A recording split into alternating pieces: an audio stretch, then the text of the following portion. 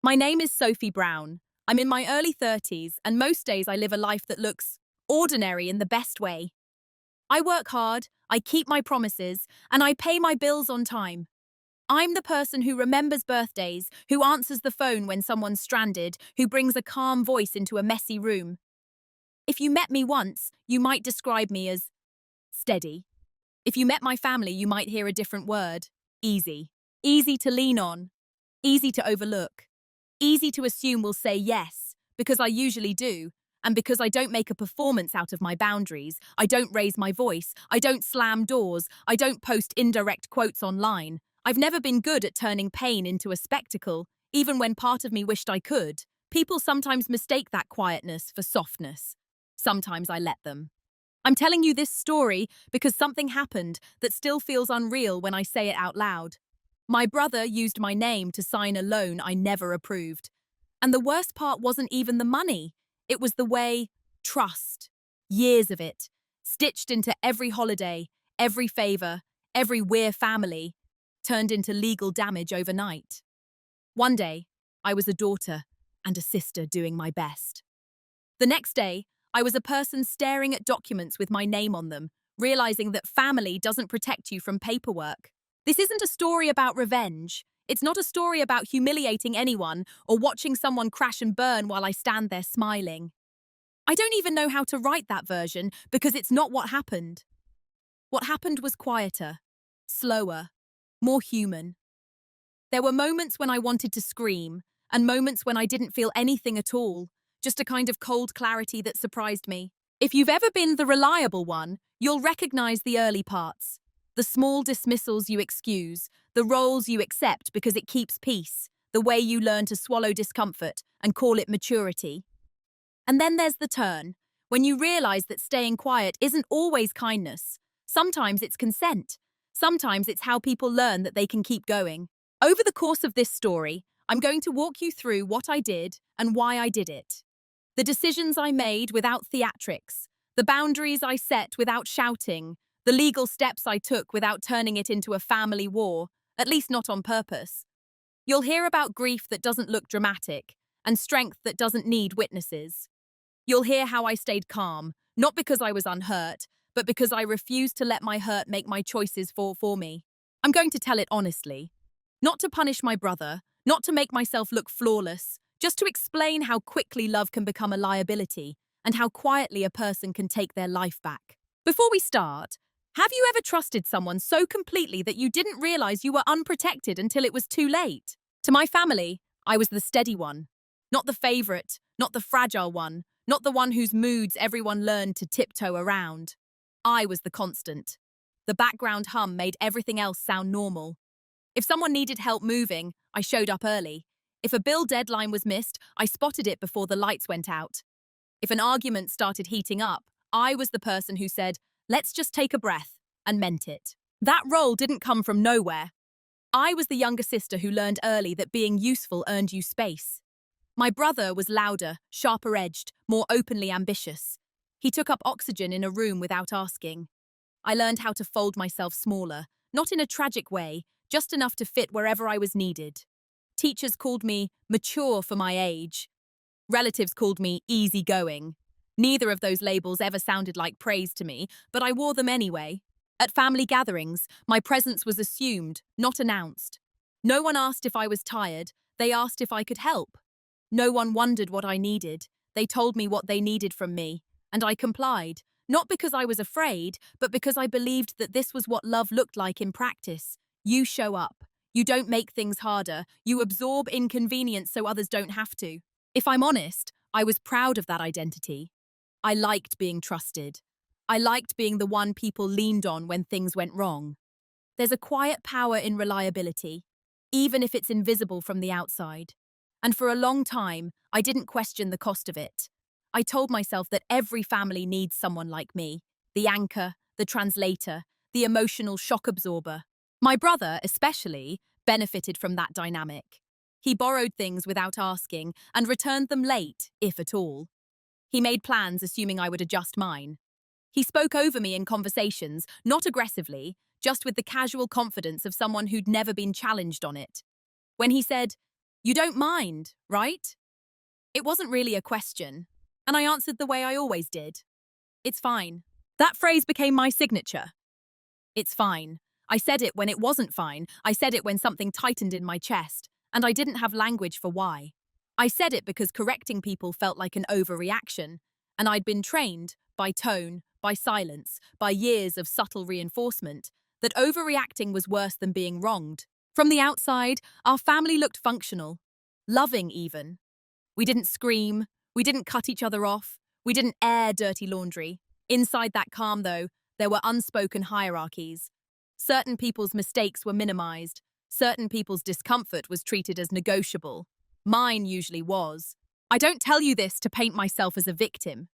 At the time, I didn't feel like one. I felt responsible, capable, needed. It's only in hindsight that I can see how being the reliable one slowly became being the expendable one, the person whose boundaries were assumed to be flexible because they always had been.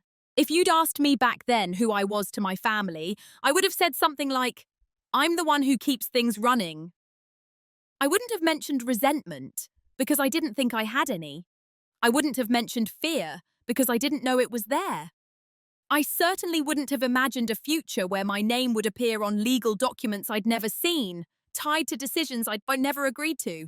Back then, I thought trust was protection. I thought love meant safety by default, and I thought that staying quiet was the same as staying kind. I was wrong, but it took time, and paperwork, and a very specific kind of betrayal to understand why. The first time something felt off, it was small enough that I almost didn't register it as a problem. That's how these things usually begin, not with a crisis, but with a detail that doesn't sit quite right and then gets smoothed over by habit. My brother called me on a Tuesday afternoon. I remember that because Tuesdays were my long days at work, the kind where I stayed late just to feel finished. His voice was casual, upbeat, the way it always was when he wanted something but didn't want it to sound like a request. Hey, Soph, he said, quick question.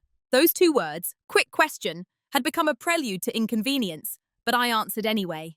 I was used to it. He asked if I'd ever received mail at my old address after I moved. Nothing dramatic, just curiosity, he said. I told him yes, sometimes, and that I usually forwarded anything important. He hummed like that, answered something for him. Why? I asked. Oh, no reason, he said. Just checking. We hung up, and that should have been the end of it. Except it wasn't. A few weeks later, I noticed a soft credit check on my report. I only saw it because I had a habit, almost a compulsion, of checking things.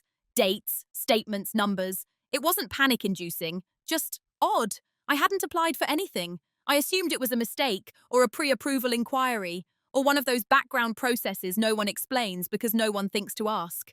I mentioned it to my mother in passing, the way you mention a weird dream or a flickering light. She shrugged it off. Those things happen all the time, she said. You're probably overthinking it. Overthinking. Another word I knew well. I didn't push. I told myself I trusted my family. I told myself not everything needed to be investigated. I told myself that questioning something without evidence was just anxiety looking for a story. So I did what I always did. I filed the discomfort away and went back to being functional. Then came the second cut. My brother asked if he could list me as an emergency contact on some paperwork. He was vague about what kind of paperwork, and I didn't ask. I said yes automatically. Emergency contact felt harmless, almost flattering in a strange way, like I mattered. A few days after that, he texted me asking for my full legal name, exactly as it appears on my ID. I hesitated for half a second, just long enough to notice the hesitation. Then I sent it. We'd grown up together. He knew my name. Why would that matter? Looking back, I can see how carefully nothing was framed as a big deal. No single request crossed a line on its own. Each one existed in plausible territory. Each one relied on the same assumption, that I wouldn't interrogate it. The first actual alarm didn't sound until a thin white envelope arrived at my apartment, forwarded from my old address. It wasn't threatening. It wasn't even aggressive. It was polite, neutral, almost friendly. Inside was a notice, formal but not urgent. My name, spelled correctly, a reference number, language about verification and next steps. It wasn't a bill. Not yet. It wasn't a warning. Just a statement that something existed in my name. I remember standing in my kitchen, the paper in my hand, feeling a strange dissociation settle in, like I was reading about someone else. I told myself there had to be an explanation, a clerical error, a mix-up with someone who had a similar name. That kind of thing happened, didn't it? I called my brother that night. He didn't answer. He texted later. In a meeting, what's up?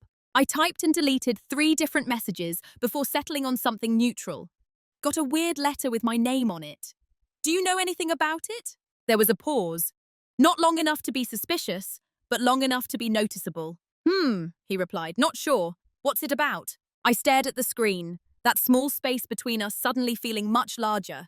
The first instinct I had was to reassure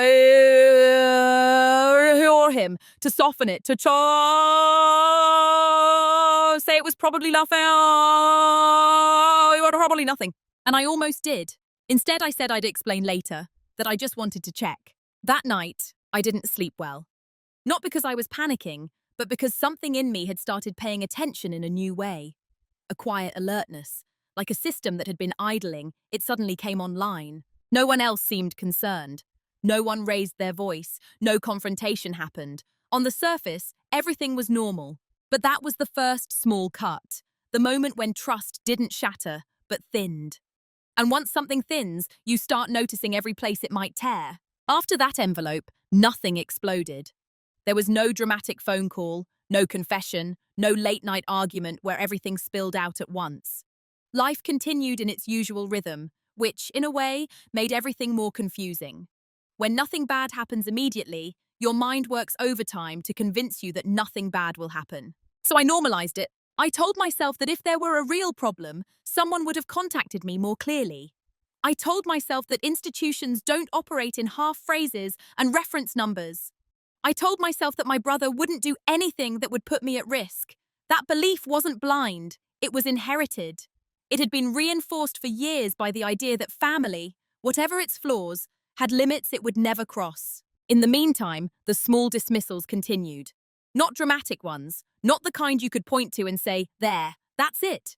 Just a pattern of my concerns being smoothed over before they could harden into questions. When I brought the letter up again at dinner, my brother laughed it off. You worry too much, he said, reaching for the salt. It's probably just junk mail. My parents nodded, relieved by the simplicity of that explanation. No one wanted complexity at the table. No one wanted paperwork to compete with food. And I let it go. That became the theme of that year. Letting things go. I let go of the fact that my brother had started asking unusually specific questions about my finances. Whether I'd ever co-signed anything before, how long my credit history was, and whether I still used the same bank. Each time, it was framed as curiosity, or future planning, or hypothetical conversations about how the system works. I answered carefully, but I still answered. I let go of the discomfort I felt when he joked about me being the responsible one, the implication hanging in the air that responsibility made me a resource. I let go of the way my parents praised my patience in the same breath that they excused his impulsiveness. One of us was stable, the other was figuring things out. Stability, I learned, comes with expectations. There's a particular loneliness that comes from being the only one who notices a pattern. It makes you doubt your own perception. You start asking yourself whether you're being unfair, whether you're projecting, whether you're making something out of nothing. And because I had built an identity around being reasonable, the last thing I wanted was to become the person who saw threats where none existed. So I rationalized. I explained away the inconsistencies. I told myself that if my brother had really done something wrong, I would feel it more strongly. I told myself that discomfort wasn't evidence. Meanwhile, more letters arrived, still neutral, still technical. Each one added another thread to a picture I didn't want to finish drawing.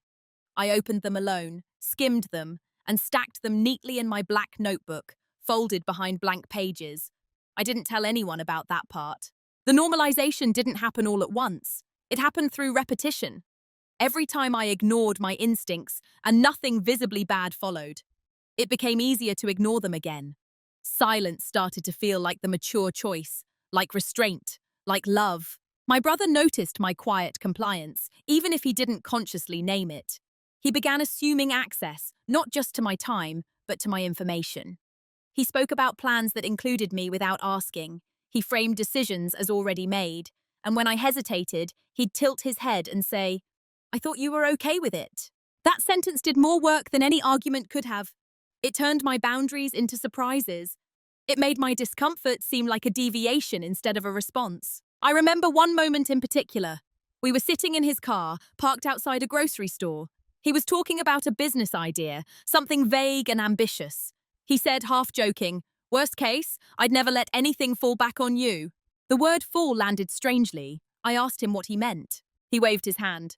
"You know, just saying, family looks out for each other." I nodded. Because that was the script, and because challenging it would have required me to admit, out loud, that I was scared. What I didn't realize then was that by normalizing the disrespect, I was also normalizing my own erasure. Each time I chose peace over clarity, I taught the people around me that my consent was assumed, not required. I wasn't just being overlooked, I was being used as a constant in other people's equations. And still, I stayed quiet. Not because I was weak, but because I believed that staying quiet was the ethical thing to do. I believed that protecting relationships mattered more than protecting myself. That belief held, right up until the moment it didn't, because there's a limit to how much you can normalize before reality forces your hand. And when that moment comes, all the explanations in the world won't undo the damage that silence allowed. I didn't wake up one day and suddenly understand my place in the family. It revealed itself slowly, in the way you realize you've been standing in the same position for years and everyone else has been arranging themselves around you. I was the stabilizer, not the decision maker, not the one consulted before risks were taken. I was the one expected to absorb the consequences quietly, if something went wrong. The emotional ballast. The person whose life was presumed flexible enough to accommodate other people's chaos. Once I saw that, I couldn't unsee it. My brother talked about his plans as if they were already facts. He spoke in forward motion, when this works, after I get through this phase, and my role in those narratives was never explicit, but it was implied. I was the safety net that didn't need to be discussed, the floor beneath his risk-taking, the assumption that if something cracked, I would be there to hold it together. My parents reinforced that role without realizing it. They praised my level-headedness whenever conflict arose. They reminded me that my brother was under pressure, that he didn't mean harm, that he just needed time. Time, apparently, was something I had in unlimited supply. When I expressed even mild concern, it was reframed as worry. When I asked for clarity, it was framed as anxiety. And when I went quiet, it was taken as agreement. There's a subtle violence in that kind of role assignment. Not the kind that leaves bruises, but the kind that erases your right to be surprised. If you are the stable one, you're not supposed to react. You're supposed to adjust. I started noticing how often decisions were made around me. Not against me. Around me. As if my consent were a technicality that could be filled in later. As if my identity had been reduced to a function. She'll handle it. Even my own language reflected it. When people asked how I was doing, I answered with updates about everyone else. When something bothered me, I framed it as an inconvenience rather than harm. I had internalized the idea that my discomfort was less important than maintaining equilibrium. The irony was that I had real power, just not the kind that announces itself. I understood systems. I knew how processes worked. I noticed patterns and kept records. But none of that mattered as long as I was cast as the emotional infrastructure rather than a person with agency. The letters kept coming. By then, I wasn't shocked by them. I was methodical. I read them carefully. I highlighted phrases. I looked up terminology late at night, my laptop glowing in the dark while the rest of the apartment slept. I didn't tell anyone I was doing this. The role I'd been assigned didn't include suspicion or preparation. I realized something unsettling. My family's trust in me wasn't the same as respect. Trust meant they believed I wouldn't cause trouble. Respect would have meant they checked before involving me in trouble at all. Once I named that difference, everything sharpened. The jokes didn't sound harmless anymore. The reassurances sounded hollow. The requests sounded like expectations wearing polite clothing. Still, I didn't confront anyone. Not yet, because understanding your role doesn't automatically free you from it. There's a kind of grief that comes with realizing that the people you love have been relating to a version of you that exists mostly for their convenience. I remember standing in front of the bathroom mirror one morning, brushing my teeth, and thinking, if something is wrong, they'll expect me to fix it, even if I didn't break it. That was the role. The fixer without authority, the stabilizer without consent, the person who made everyone else's lives smoother by making her own smaller. And the most dangerous part was this. I had helped build that role. Every time I said it's fine when it wasn't. Every time I chose harmony over honesty. Every time I let assumptions stand because correcting them felt impolite. Recognizing that didn't make me angry. It made me quiet in a different way, less accommodating, more observant, as if a part of me had stepped back and started taking notes instead of participating. I didn't know yet what I was going to do with that awareness. I just knew that whatever came next couldn't involve pretending anymore. The role I'd been assigned was no longer one I could survive. Something was going to have to shift, not outwardly, not dramatically, internally. The shift didn't happen during an argument or a revelation. There was no raised voice, no slammed door, no moment where I finally stood up for myself in a way that would make a good clip. It happened on a quiet Saturday morning in my apartment, with a cup of coffee going cold beside me. I was sitting at my kitchen table, the black notebook open in front of me. I'd started keeping everything in one place without consciously deciding to. Letters, dates, names, reference numbers.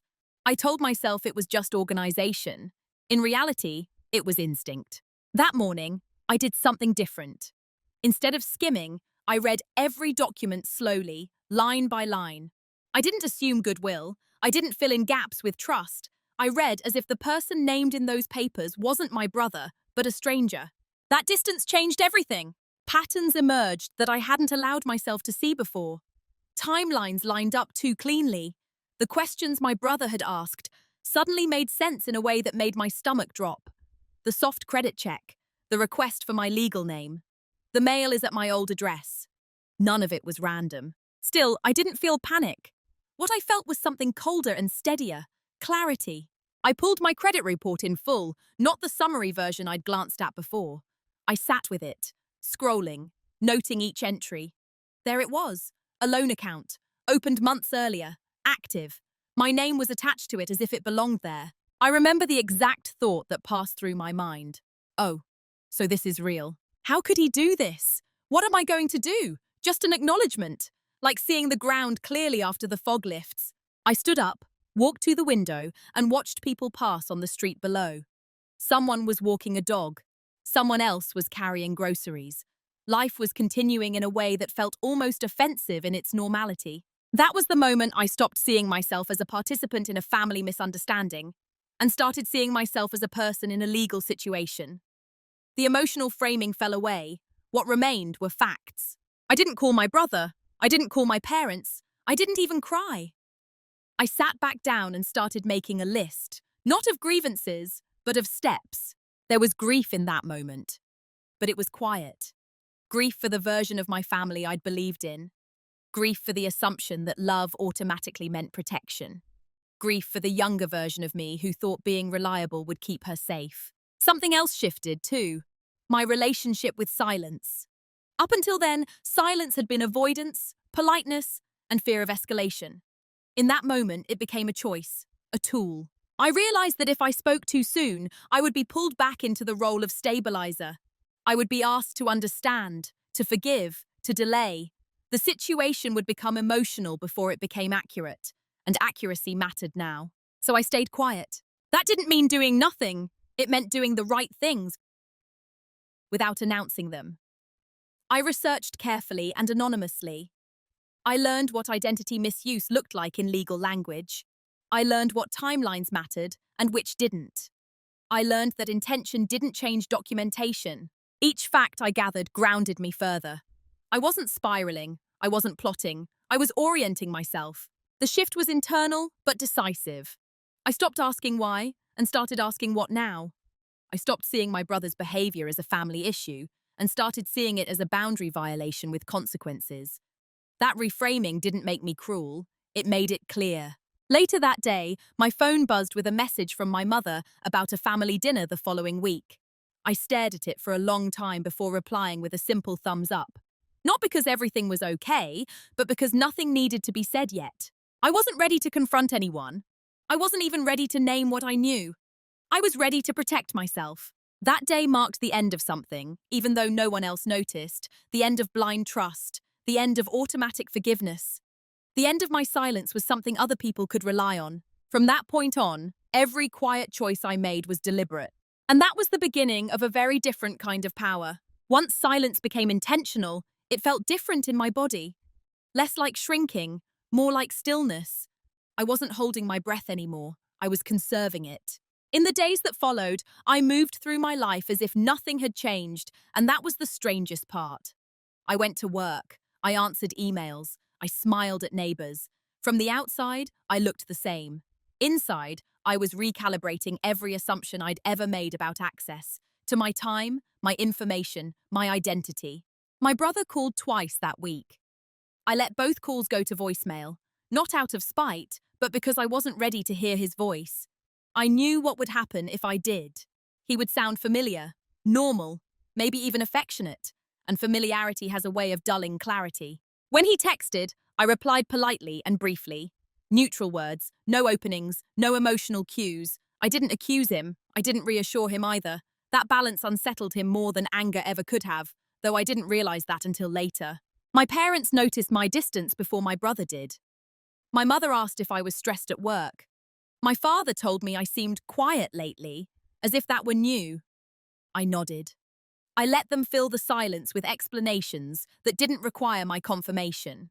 That was the first time I understood how much of my family's emotional rhythm depended on my participation. When I stopped smoothing things over, the air felt slightly unstable. Not enough for anyone to panic, but enough to be noticed.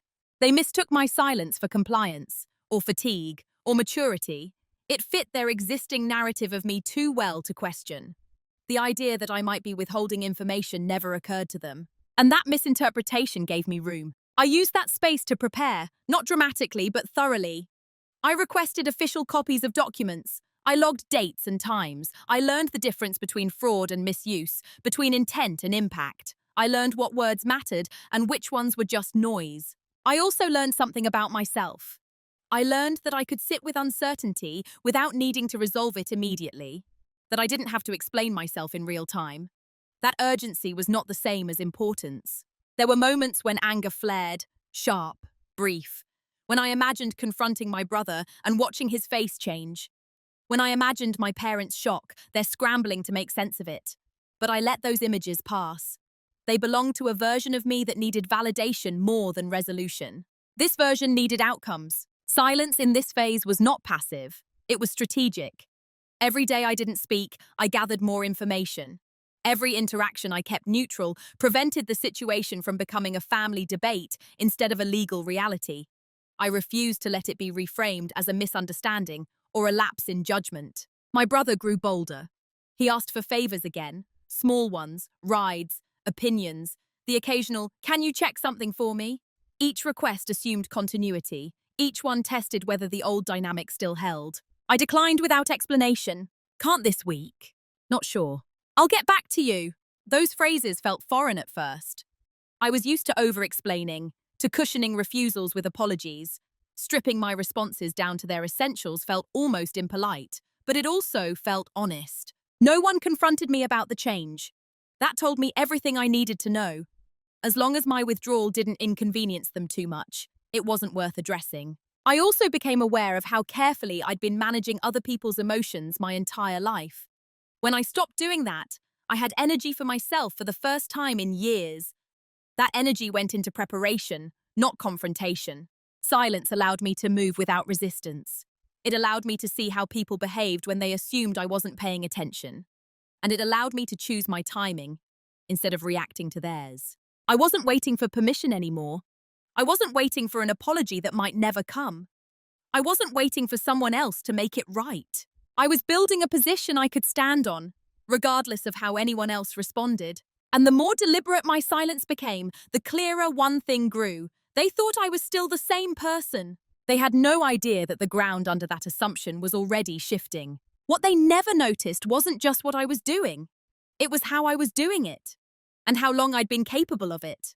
I've always paid attention, not in an anxious way, but in a methodical one. I notice patterns because they help me make sense of the world. I notice inconsistencies because they tend to matter later. For most of my life, that skill had been used in the service of other people, anticipating needs, smoothing transitions, preventing problems before they became visible. Now I redirected it. Every evening, I sat at my kitchen table with my laptop and that black notebook. The notebook wasn't sentimental, it was functional. I logged dates of calls, exact wording from messages, and reference numbers from documents. I didn't speculate, I didn't editorialize. I wrote only what could be verified.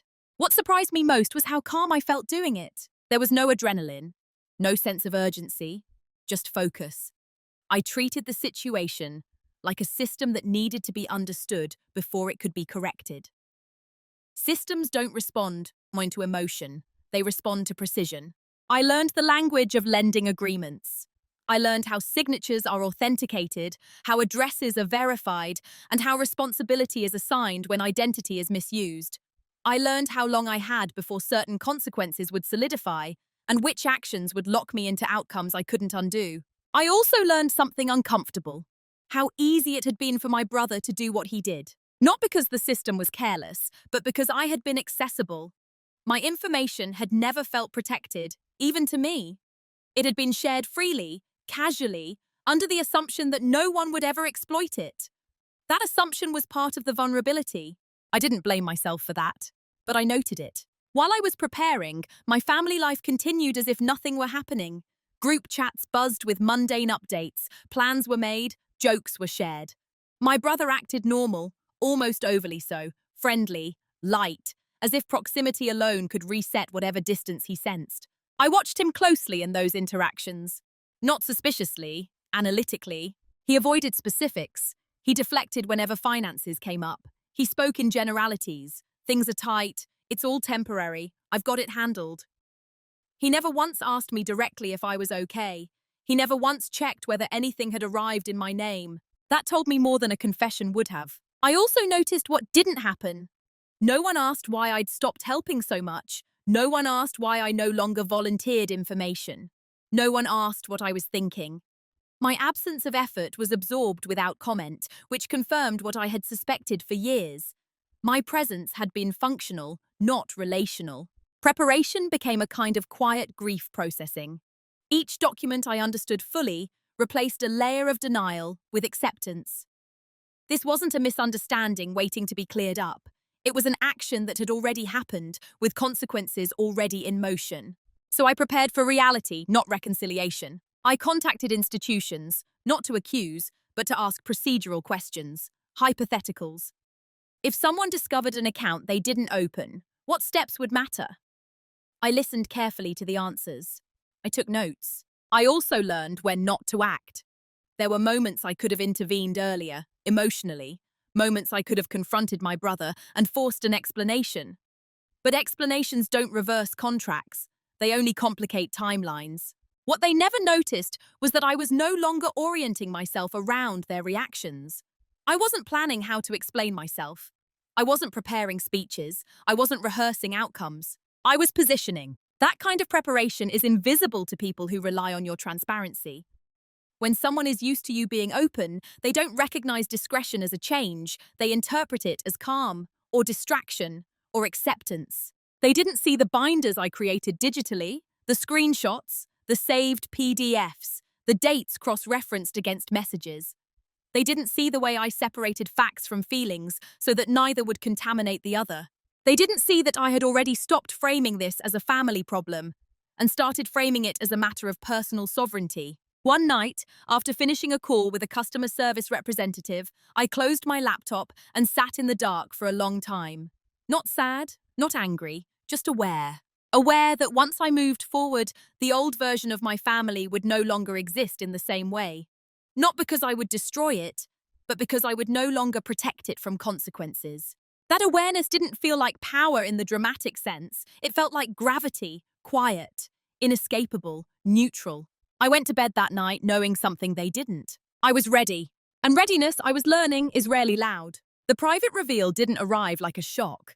It arrived like confirmation. By the time it happened, I already knew, at least in outline, what I was going to find. What I didn't know was how cleanly the pieces would align once I saw them together. There's a difference between suspicion and certainty. Suspicion keeps you restless. Certainty makes you still. It came during a routine follow-up call with a compliance department. I'd framed the conversation carefully, sticking to process, never names, hypotheticals, verification pathways. I was calm enough that the person on the other end spoke freely, assuming I was just another case in their day. They walked me through the documentation attached to the loan, the application timeline, the address used, the digital signature method, the contact email. Every detail landed with a dull, steady weight. The address was my old one. The contact email was an account I recognized immediately, not mine, but one my brother had used for years for side projects. The phone number matched his. The signature was legally valid, generated through a method that required access to information only someone close to me would have. It wasn't dramatic. There was no moment where I gasped or had to sit down. I thanked the representative, ended the call, and stared at the wall for a long time. This was the private reveal. Not just that my brother had used my name, but that he had done it confidently, methodically, with the assumption that I would never challenge it. That assumption hurt more than the act itself. I opened my notebook and wrote one sentence at the top of a fresh page. This was not an accident. Writing it down didn't feel vindictive. It felt grounding. It stopped my mind from circling back into excuses, from wondering if I'd misunderstood, from searching for a version of events that required less courage from me. What surprised me was the absence of rage. I had expected anger to finally arrive once everything was clear. Instead, what I felt was distance. Emotional distance, like stepping back from a painting and finally seeing the full composition. I saw how long the setup had been, how carefully my accessibility had been used, how my role as the responsible one had made me an ideal cover. Someone unlikely to default, someone unlikely to complain, someone unlikely to involve outsiders. I also saw something else, leverage. Not the cinematic kind, not a secret weapon, just reality, documented and aligned. The timeline mattered, the method mattered, the fact that I had not confronted anyone yet mattered, the system cared about sequence, not sentiment. That knowledge didn't make me feel powerful, it made me feel sober. I realized that from this point on, every choice would close certain doors permanently. I could still try to handle it within the family. I could still absorb the damage quietly. I could still let the narrative become about stress, pressure, and intentions. Or I could let the facts speak in the language they were written in. I didn't decide anything that day. The decision would come later. What I did instead was something simpler and harder. I accepted that the version of my brother I had trusted no longer existed for me in the same way. That acceptance didn't mean I stopped loving him. It meant I stopped protecting him from the consequences of his choices. I went for a long walk that evening. No music, no phone, just movement. I watched the city move around me, indifferent to my internal shift. Couples argued quietly on street corners. Someone laughed too loudly outside a bar. A busker played the same song twice. I thought about how many times I'd told myself that family loyalty meant endurance. How many times have I stayed silent because speaking felt like betrayal? And how strange it was to realize that loyalty without limits isn't loyalty at all. It's self-erasure. The private reveal wasn't just about uncovering the truth of the loan. It was about uncovering the truth of my position. I was not powerless. I was not confused. And I was not obligated to make this painless for anyone else. When I got home, I placed the notebook back in its drawer and locked my laptop. For the first time since this began, I didn't feel the urge to research or document anything else. There was nothing more to uncover. From that point forward, the question was no longer what happened. It was what I was willing to live with. And once that question is asked honestly, there's no one asking it. The decision point didn't arrive with urgency. No deadline blinked on my calendar. No one called demanding an answer. That, in a way, made it harder. When there's no immediate pressure, you have to confront your values without the excuse of panic. I gave myself time. Not to avoid the decision, but to make sure I wasn't reacting. I wanted the choice to come from clarity, not shock. I laid out the options the way I would at work, detached and practical. Option 1. Handle it privately. Confront my brother. demand that he fix it, hope he could, hope he would. This path relied on trust, the very thing that had already been breached. It also required me to delay formal action, which could be interpreted later as acceptance. Option 2. Absorb the damage. Take responsibility for a debt I didn't authorize. Protect my family from embarrassment. Preserve appearances. This option was quiet, familiar, and devastating in slow motion. It would cost me financially, legally, and psychologically, but it would keep the story intact. Option 3. Involve the system. Treat the situation as what it was, not what I wished it had been. Document, report.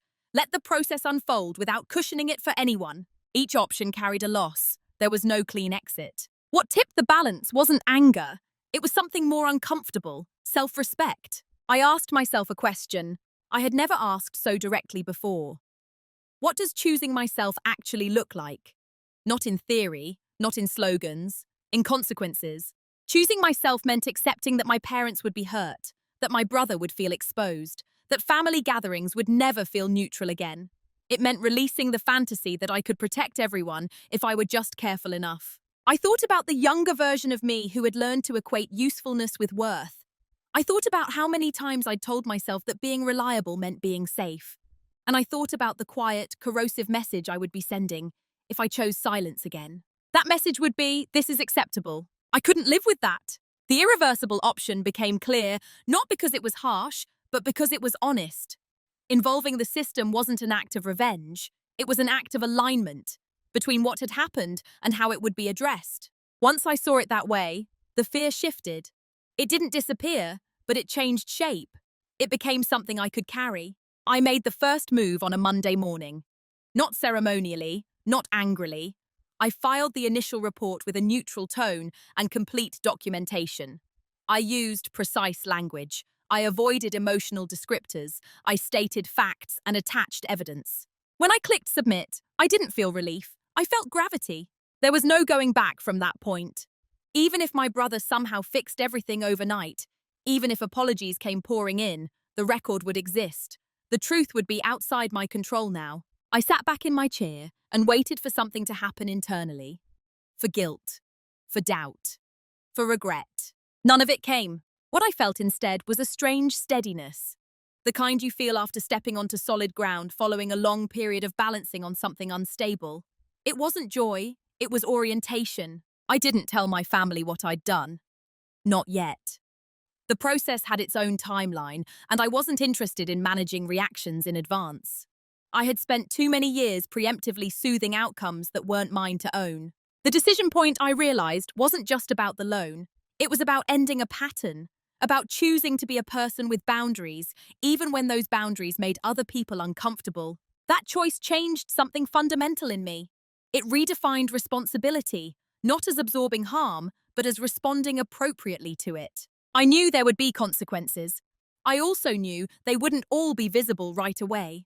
Some would unfold slowly, like pressure redistributing itself through a system. I took a deep breath, closed my notebook, and went to work.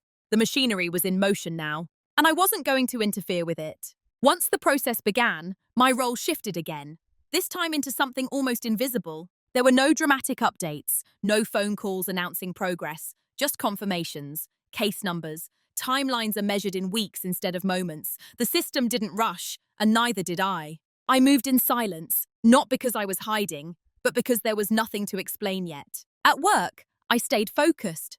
I met deadlines, I led meetings. No one could have guessed that every evening I was tracking correspondence from institutions that now knew my name for reasons I never consented to. That duality, ordinary life on the surface, quiet reckoning underneath, became strangely grounding. It reminded me that this situation, however consuming, was not my entire identity. My brother, meanwhile, sensed a shift he couldn't place. He checked in more often. Not urgently, casually. "You okay? Haven't heard from you much." I replied when necessary, briefly, kindly. I didn't offer reassurance and I didn't offer accusation.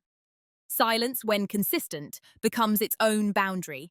My parents invited me over for dinner. I went, I ate, I asked about their garden, I listened, I didn't volunteer anything.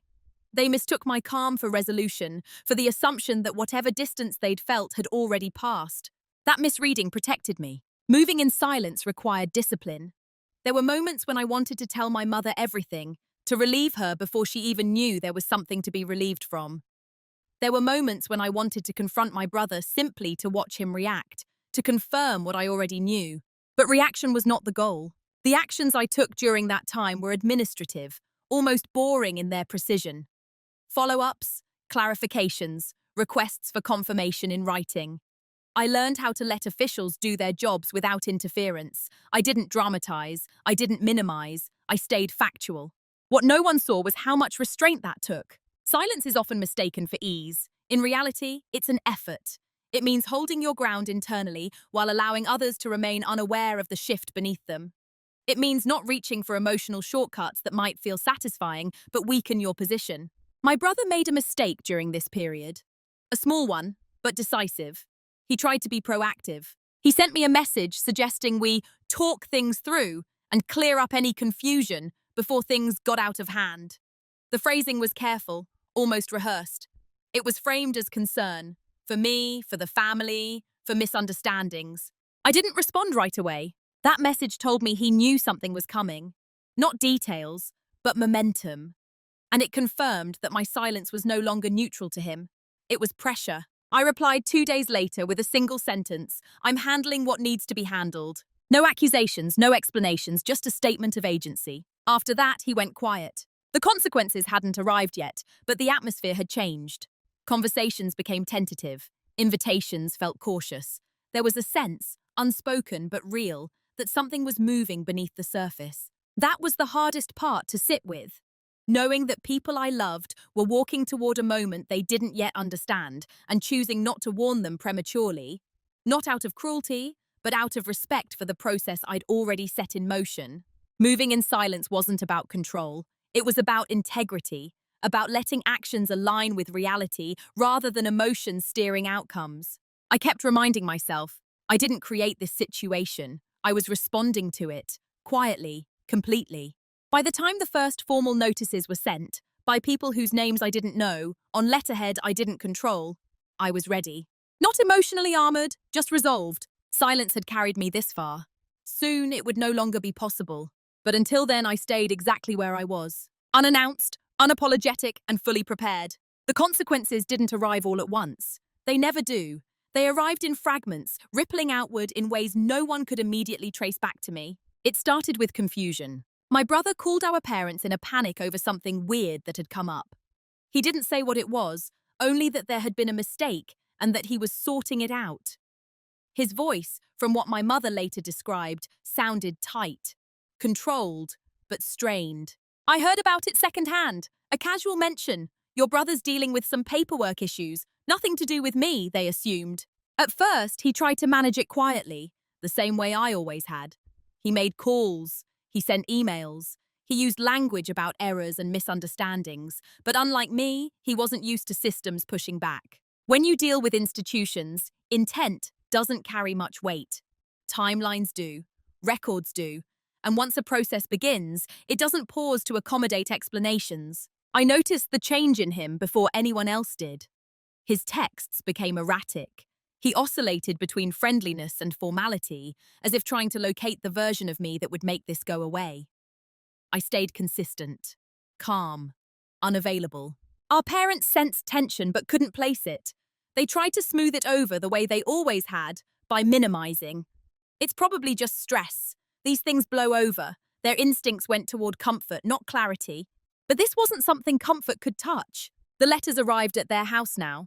Official ones. The kind you don't throw away, the kind that doesn't soften its language for family dynamics. Suddenly, there were meetings to attend, documents to review, questions that didn't have easy answers. Still, no one said my name out loud. There was a strange, suspended moment during this phase where everyone felt loss but couldn't identify its source. My brother lost ease. My parents lost certainty. The family lost its usual rhythm. And I lost the last illusion that this could remain contained. I watched it all from a distance that felt both protective and isolating. I wanted to reach out, to explain, to absorb the shock before it landed fully. But absorbing shock was what had brought me here. So I didn't. Instead, I prepared for the moment when silence would no longer be an option. I reviewed my notes. I rehearsed what I would say, and more importantly, what I would not say. No accusations, no history lessons, no emotional justifications. Facts, boundaries, endings. The first direct consequence came in the form of a call from my mother. Her voice was unsteady. "Is there something you're not telling us?" she asked. The question wasn't accusatory, it was bewildered, as if she sensed a missing piece and didn't know where to look for it. I told her we should talk in person. Not because I wanted drama, but because this wasn't a conversation for the phone. That call marked the end of the invisible phase. The consequences had reached the edges of the family, and gravity was doing the rest. What struck me most during that time was how unprepared everyone was for accountability. Not because they were bad people, but because our family had survived on smoothing things over, not addressing them directly. Accountability felt like an intruder. My brother stopped pretending everything was fine. He didn't confess, but he stopped performing normalcy. He knew something had slipped beyond his control. He just didn't know how far. I slept better than I had in months, not because I was enjoying the fallout, but because I was no longer carrying it alone. The weight was finally being distributed where it belonged. The consequences were only beginning. I could feel that. The system doesn't reveal everything at once. It unfolds. And with each unfolding, the story everyone had been telling themselves about who I was and what I would tolerate was starting to crack. By the time everyone realized how serious the situation was, the window for quiet solutions had already closed. That was the part no one wanted to accept. My brother tried first. Not directly at me, at the problem. He made calls to the lender, to anyone whose number he could find. He spoke quickly, confidently, as if speed itself could reverse the sequence of events. He framed everything as confusion, miscommunication, technical error. What he didn't understand was that processes don't respond to urgency. They respond to authority and evidence, and he no longer had either. When that failed, he tried a different approach. He called me late one night, the first time he'd done that in years. I let it ring. He followed up with a message that was longer than anything he'd sent me in months. He said he was stressed, that he was overwhelmed. Those things had gotten out of hand. He said he never meant for me to get caught up in anything. He said we should fix this together. That phrase, fix this together, felt almost tender, almost convincing. Almost. What it really meant was, help me carry this before it becomes visible. I didn't respond. The next day, my parents called. This time, they didn't circle. They asked directly what was happening, why my name was coming up, why documents pointed back to me. I told them the truth. Not with heat, not with embellishment. I told them what I knew, when I knew it, and what I had already done. There was silence on the other end of the line. Long enough that I checked to make sure the call hadn't dropped. My mother cried, quietly. Not because of the money, but because of what it meant. The betrayal wasn't abstract anymore. It had paperwork. My father asked if there was still a way to handle it privately. If we could pause things. I told him no, that the process didn't work that way, that pausing now would only make things worse for me. That was the moment they understood that I was no longer negotiating. The panic set in after that. Family meetings were called without me. Urgent conversations happened behind closed doors. I wasn't excluded out of malice. I was excluded because I had become the axis. Everything now rotated around my decision, and no one wanted to confront that directly. My brother tried again. This time the message was shorter, apologetic but vague. He said he'd make it right. He asked what he needed to do. I didn't answer, not because I wanted to punish him, but because it was no longer my job to tell him how to undo something he had chosen to do. The time for guidance had passed. What struck me during that phase was how quickly responsibility became a shared emotion. Once consequences became unavoidable, everyone wanted to help. Everyone wanted to soften the outcome. Everyone wanted me to bend, just a little, so the impact wouldn't land as hard. That was the cost of being the reliable one. Even when wronged, you're still expected to absorb.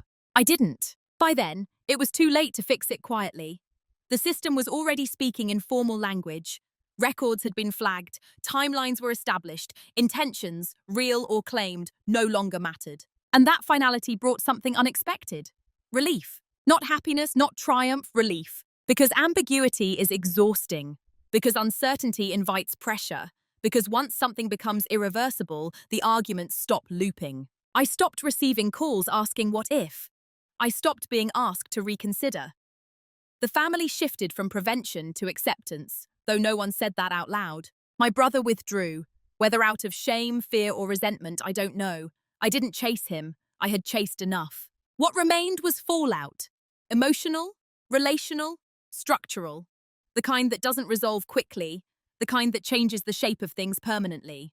But the most important thing had already happened. I had chosen myself in a way that couldn't be undone. And no amount of panic, no matter how sincere, could reverse that choice. The confrontation, when it finally happened, was nothing like what people imagine when they hear that word.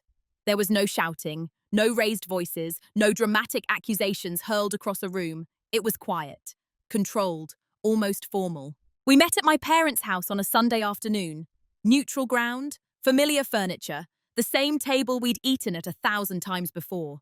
That normality did more to steady me than any preparation could have. My brother looked different. Not defeated, but tightened. Like someone bracing for impact that had already begun. He didn't meet my eyes at first. That, more than anything, told me how real this had become for him. I didn't start with a question. Questions invite debate. I started with a statement. I know what happened, I said, and I know when. My voice didn't shake. I wasn't trying to be strong, I just was. He opened his mouth, then closed it. My parents watched silently, their attention moving between us, unsure of their role now that the usual mediator, me, had stepped out of that position. I didn't agree to any of it, I continued, and I've already taken the steps I needed to take. That was it.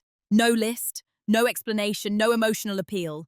He tried to explain anyway. He talked about pressure, about timing, about how he thought he'd fix it before it ever reached me. He said my name the way you say something fragile, as if speaking it carefully might undo the damage attached to it. I listened without interrupting, not because I needed to hear it, but because interrupting would have turned it into an argument, and I wasn't there to argue. When he finished, I nodded once. I believe you didn't intend to hurt me, I said. That doesn't change what you did. That sentence landed harder than anything else I could have said. It removed intention as a shield. It reframed the situation around impact and responsibility. My father asked if there was any way forward, any path that didn't involve more damage. There is, I said, but it doesn't involve me undoing what I've done to protect myself. No one challenged that. They couldn't. Not without admitting that my protection was optional. And they weren't ready to say that out loud. The conversation ended without resolution in the way families usually define it.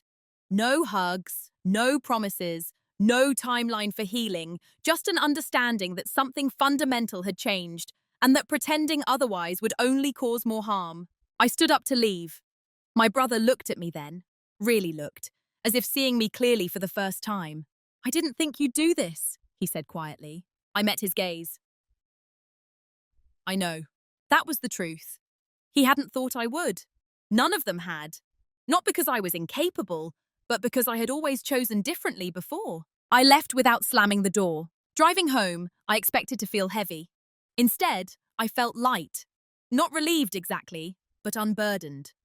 The confrontation hadn't given me closure, it had given me clarity. I didn't need them to agree with me. I needed them to understand that the version of me who absorbed harm to preserve comfort no longer existed. Confrontation without heat is disarming. It leaves nothing to react against. No anger to deflect, no emotion to manage. Just reality, standing where it always had, waiting to be acknowledged. And once it was, there was nothing left to say. For a long time after everything settled into its new shape, I resisted the idea that I had been changed. Change felt too dramatic a word, too close to loss. What I eventually realized was that I hadn't become someone else. I had stopped being who I was pretending to be. The quiet didn't leave me. If anything, it deepened. But it's a different quiet now. It isn't used to keep peace at my own expense. It's used to listen, to choose, to decide what deserves my energy and what doesn't. I still show up. I still care. I'm still capable of empathy. But I no longer confuse those qualities with obligation. The biggest shift happened internally. I stopped narrating myself through other people's comfort. I stopped pre-editing my thoughts in case they caused friction. I stopped assuming that being understood was more important than being accurate. My family dynamic changed in ways that are hard to explain to outsiders. There's distance now, not hostility, distance. Conversations are more careful, invitations less automatic. I'm no longer the emotional buffer in the room, and when tension arises, it stays where it belongs instead of being handed to me. At first, that felt lonely. Then it felt honest. My relationship with my brother exists in a quieter, narrower space. We speak occasionally, polite, measured. There are things we no longer pretend about. I don't ask for remorse. He doesn't ask for forgiveness. That space between us isn't healed, but it's real. And I've learned that reality is a form of respect. I used to believe that strength had to be visible to count. That if I wasn't asserting myself loudly, I wasn't asserting myself at all. This experience taught me something different. Restraint can be strength. Precision can be power. Calm can be immovable. The legal situation was resolved in time, but the emotional outcome mattered more to me. I learned that trust isn't something you owe by default. It's something people earn continuously, through consistency and respect. I learned that family love doesn't excuse boundary violations, and that refusing to enable harm is not betrayal. I'm more careful with my name now, not just legally, personally. I understand what it means to protect it. I don't over-explain my decisions. I don't rush to fill the silence. I let people sit with uncertainty if clarity would cost me too much. That doesn't make me cold, it makes me selective. There's a steadiness in my life now that I didn't have before. Not because everything is perfect, but because I'm no longer divided against myself. My actions align with my values. My silence aligns with my intent. If I've lost anything, it's the illusion that being indispensable makes you safe. And I don't miss that illusion. What I've gained is harder to name but easier to live with. Self-trust. The knowledge that if something feels wrong, I will investigate it. If a boundary is crossed, I will respond. And if the cost of peace is my own erasure, I will choose myself instead. Who I am now is someone who knows that quiet doesn't mean invisible, and that dominance doesn't have to announce itself to be real. It just has to hold. I used to think stories like this ended with a lesson neatly wrapped in certainty. A single sentence you could carry away and apply everywhere. Life isn't that clean. What it offers instead are truths that only make sense once you've lived them. Here's mine. Trust is not a feeling, it's a structure, and structures need boundaries to hold their shape. For years, I believed that being patient, forgiving, and low maintenance made me safe. I thought that if I didn't cause friction, I wouldn't become collateral. What I learned, slowly, painfully, is that silence without boundaries doesn't protect relationships. It only protects patterns. When my brother used my name to sign a loan I never approved, the damage wasn't just financial or legal, it was relational. It exposed how easily love can be used as cover and how quickly we're family can turn into an excuse to bypass consent. Choosing myself didn't feel heroic. It felt lonely. It felt like stepping out of a role I'd rehearsed my entire life without an understudy waiting to take my place. But it also felt honest. There's a difference between cruelty and consequence, between revenge and responsibility. I didn't seek to punish anyone. I sought to stop participating in my own harm, and sometimes that's enough to change everything. If you're listening to this and recognizing pieces of yourself, if you're the reliable one, the quiet one, the one who smooths things over so others don't have to, this isn't an invitation to harden. It's an invitation to notice, to ask whether your silence is a gift you're choosing to give or a cost you've been trained to pay. You don't owe anyone access to your name, your resources, or your peace just because you share history. Love that requires your erasure isn't love, it's convenience. I still believe in empathy. I still believe in grace. But I've learned that empathy without boundaries turns into self-abandonment, and grace without accountability teaches people that harm has no cost. If there's one thing I hope this story leaves you with, it's this. Quiet people are not passive people, and choosing yourself doesn't have to be loud to be final. Thank you for sitting with this story. If any part of it resonated with you, if you've ever faced a moment where protecting yourself meant disappointing someone you loved, I'd really like to hear from you.